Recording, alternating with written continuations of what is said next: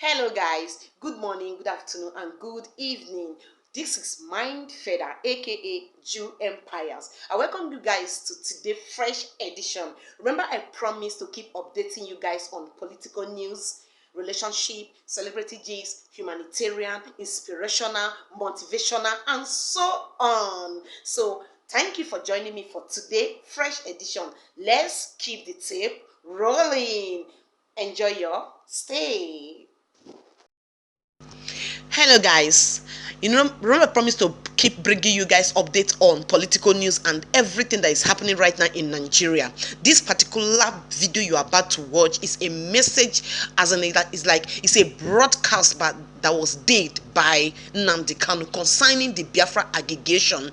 Ever since I have been trying to find out what exactly are the Biafrans asking for, what are they tendering, and what is their mission and what is their means of this aggregation. But lo and behold, this particular broadcast has spelled out everything that the Biafrans are asking for, because reading of history is not just about it, because most of us were born after this war has happened, after this Biafra taking over has happened, so we don't really know the real fact about it. But on this broadcast that you're about to watch, Nnamdi Kanu spell it loud and clear that this is what we want. My dear, you don't have to hear it from my mouth, because I am not in the right position to pass the information to you. You have to listen to this particular pure and live broadcast did by Nnamdi Kanu on the 30th of last month, which is May. He made it loud and clear, and he told them we are not going back. Maybe if you have not come across the broadcast, my dear, you have to listen to this broadcast, because it is clear, tangible and specific. The Nigeria government has no option than to listen to us. I know guys, I will keep updating you guys on there are many indigenous are coming up now. The Duduwa, the Northerners, everybody is rising up that let's divide Nigeria. But the truth remains that Nigeria division I don't know, because the name Nigeria, it is not easy to get. So the division I don't really know, but Biafra going, I think. Okay. Oh, okay. Yes. Okay, we can see you now. Let's move there. Nice to Roll see you. it. Thank you very Meet much. me Thank you on the brother. next Thank you very video. much. Thank you. Before he speaks, I'd like to seize the opportunity to welcome our son, our beloved son, Mazi Nnamdi Kanu. I'm doing this on behalf of the World Igbo Congress and all lovers of Biafra land. We welcome you to this session, and we look forward to what you have to say to us. May God continue to bless you. Nnamdi Kanu, please. Thank you very much. Thank you very, very much, Professor Jopo. The man I acknowledge as, in my opinion, the Igbo leader we have right now, not just in the diaspora, but also back home as well. I want to commend the World Igbo Congress for the very stellar work they've been doing, and also to thank my dear brother Mazi, who is there, and my very dear brother Dele also. I've been following these proceedings intermittently for the past 4.5 hours or thereabout. I've been caught up in a few things. As you can imagine, a lot is happening back home. But there is something that this year's event has brought to light. It is the camaraderie and unity of purpose amongst the people of the South, and to an extent, those of us in the Middle Belt as well. And we must continue on this very plane until we all get what we are asking for. I have not come across any individual who is against freedom. Therefore, what we are asking for as a result of this very important occasion is that we must move forward together as one people, as an indivisible force, in order for us to demand what rightfully belongs to us, which is freedom. Today is a very critical day in the history of our people. We are remembering those who were slaughtered and massacred unjustly by the Nigerian government, and of course, by extension, the British government as well. We are remembering those who died as a result of the unofficial Third World War that took place in our land nearly 54 years ago. And as a result of that, this very day, as we renew this pledge every blessed year, we have sworn to forever remember these people. We must remember them because the Jews do the same. All over the world, people remember their dead. In Rwanda, the same thing happens. And I don't know why there is this, should I say, conspiracy of silence to try to sweep this very important event in our history under the carpet. We lost over 5 million people, the second worst genocide in the history of man, only second to the Jewish Holocaust in Europe. And for some inexplicable reason, the world have decided to keep silence over this very matter. But we are not going to keep silence, not at all. Not now, not tomorrow, not ever.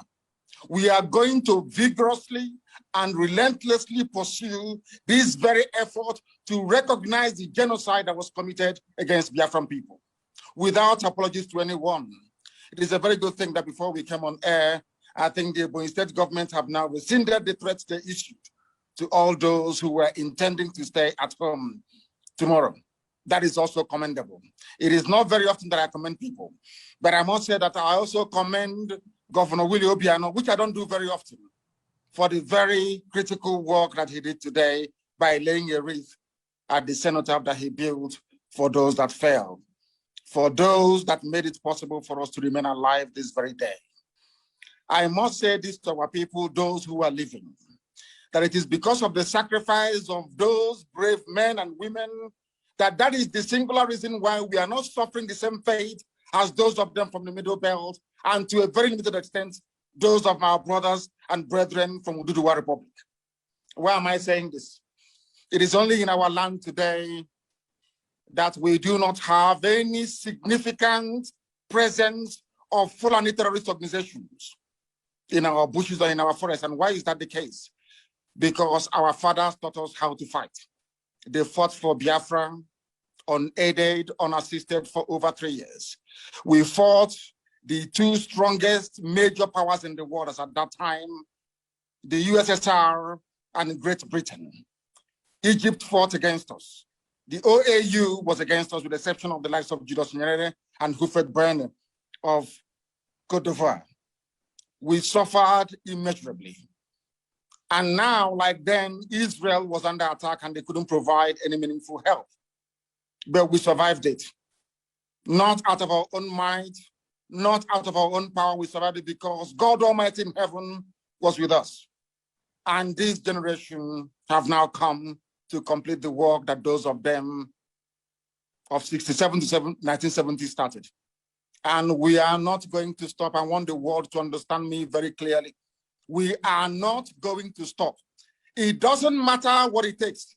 It doesn't matter how many lives they extinguish. It doesn't matter the genocidal tendencies they bring with them into our land. We are not going to stop. Everybody listening, everybody watching, everybody remotely interested in justice and peace must understand this. Our destination is freedom, and that very place we're heading to is Biafra. And nobody, no soul on this earth can stop us. Instead of Biafra not to come, we all perish. I want our adversaries, our enemies to understand this very, very clearly. We are not going to retreat, not one iota, not 1 inch, because Biafra must come. Because the hatred have continued to this very day. As I'm speaking and addressing all of you right now, they are still arresting, extrajudicially murdering people in our land, people who are alien to our culture, our way of life, our tradition. They are in our land directing their people to slaughter, to kill without mercy. Unfortunately, those we regard as political leaders have connived with these people to ensure the decimation of their own population.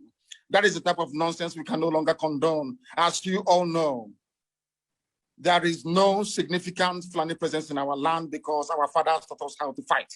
And we are doing so today without apologies to any idiot.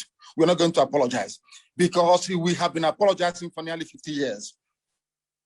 And we have not gotten anywhere in terms of our collective advancement and development in the damnable zoological republic called Nigeria. That is why we must continue what we're doing. And that is why anybody who is remotely interested in the affairs of our people must understand this, that we are determined, doubly determined. 50 years, or should I say 54 years is a very long time, and 51 years since the end of the war. But now that we have come, or should I say now that God Almighty in heaven has determined that we should come, we are not going to relent. We are not going to do anything whatsoever to jeopardize the sanctity and the holiness of this very mission. We love our people.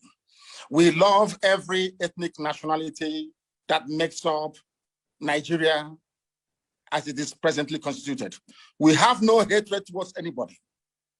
We love peace. We love life. We love the progress of other people, but we are in a country where people hate us for no reason, where people despise us for no reason, and we can no longer go on apologizing.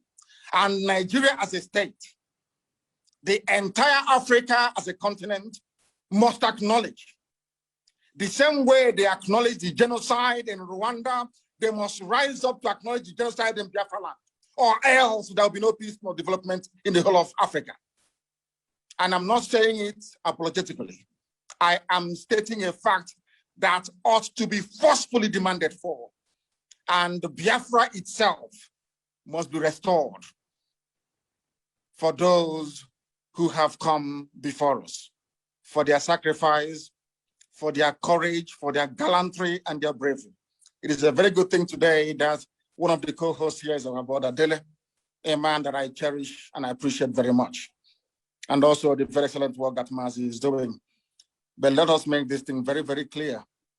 We are wronged by the Nigerian state, by every ethnic group in Nigeria. I know that my good friend and brother, Obadiah Mailafia, rang me and apologized a while ago for the role that they played in the massacre of Biafran people, the role that they played in aiding and abating a very unlawful invasion of Biafra land, because all Ojukwu asked for was restructuring. The same thing we're arguing for today. Ojukwu went to Aburi to argue for restructuring. Ojukwu did not go to Aburi to declare any state of Biafra. He never went to Aburi to declare any war. Ojukwu went to Aburi so that all of us in Nigeria, including those from the Middle Belt, from the West, everywhere can have freedom. There's something we're asking for today. They twisted the narratives. They changed our history. They turned it upside down. They made us the villain. They tried to demonize our general, a man of peace that went to Aburi in Accra to go and in Ghana to go and negotiate for peace.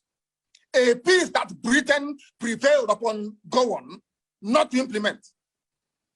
But over the years, we've been taught that we are the aggressors.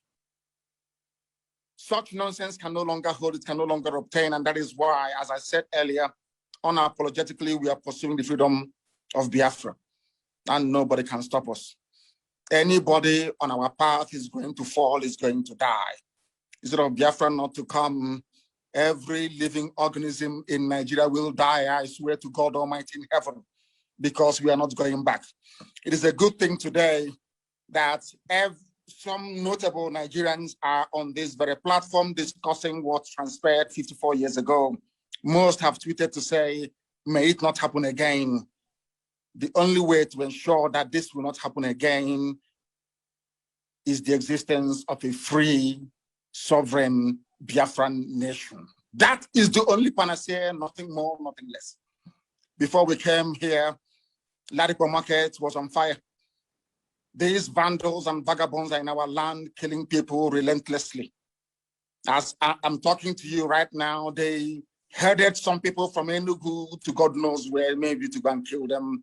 And you have governors, you have political leaders, you have those who aspire to high office. They're all there. Nobody's talking, nobody's speaking, because they have a lot to benefit and to gain by us being Fulani slaves. Something that can no longer continue. Something we are not prepared to tolerate. That was something I said rather very fortuitously very many years ago. I said during one of my broadcasts on Radio Biafra that for Nigerians to understand that God is upset with them, that every tribe in Nigeria, every ethnic group in Nigeria will experience what we passed through during the Biafran War, that they too will also become refugees. And today, there are IDP camps everywhere. People that thought they were safe before now are fleeing their homes. The same thing that happened to us between 1967 and 1970. And that is why our appreciation and our thanks for those men and women that fought to keep us safe can never, ever, ever be overestimated. We will continue to appreciate them. We shall continue to honor them. And I thank all of, those who are non-Biafrans. I understand that some people who are Biafrans came on this very platform and trying to play the script of their masters. That same divide and rule by saying there is something called Southeast and South-South. All bunkum. I have said it many times on many forums, on many platforms, that everybody in the East, we are all one people. I don't understand why people are hung up about this divide and rule of Gowon. It was Gowon that created Cross River State. Gowon created River State. Not because he loves the people of the South, not at all, but because he wanted to divide us. And we must rise up. We must rise up to the game of these people and say no to them. Now that Yoruba and Igbo are one, do you see them trying to play that game anymore? Now that Biafra and Oduduwa are one and inseparable, bonded together in one, do you see them playing their stupid games? I don't know why some people will come and say that from Nigeria, that from South-South, in order to perpetuate that very division, which the Fulanis have cleverly exploited over very many decades and many years. I don't know when we are going to learn. And the sooner we learn, the better for us. I thank all of you once again. And this very effort to recognize the genocide against Biafrans continues until United Nations and the whole world rise up to this very challenge and acknowledge that a great deal of injustice was done to Biafrans. Tomorrow is our sit at home, complete and utter lockdown everywhere. And as I said earlier, I do commend the governors for coming out and saying that civil servants should not come or should not turn up to work tomorrow. It's a very good thing. We must all be bound together in order to ensure that Nigeria, first of all, takes the blame for what they did. And secondly, that the whole world will rise up to the obligation to the oppressed people and do the very right thing. Once again, I thank you all very much. And my very special thanks to Professor Ejiofor for the very wonderful and sterling work that you're doing, you and your team. Thank you very much.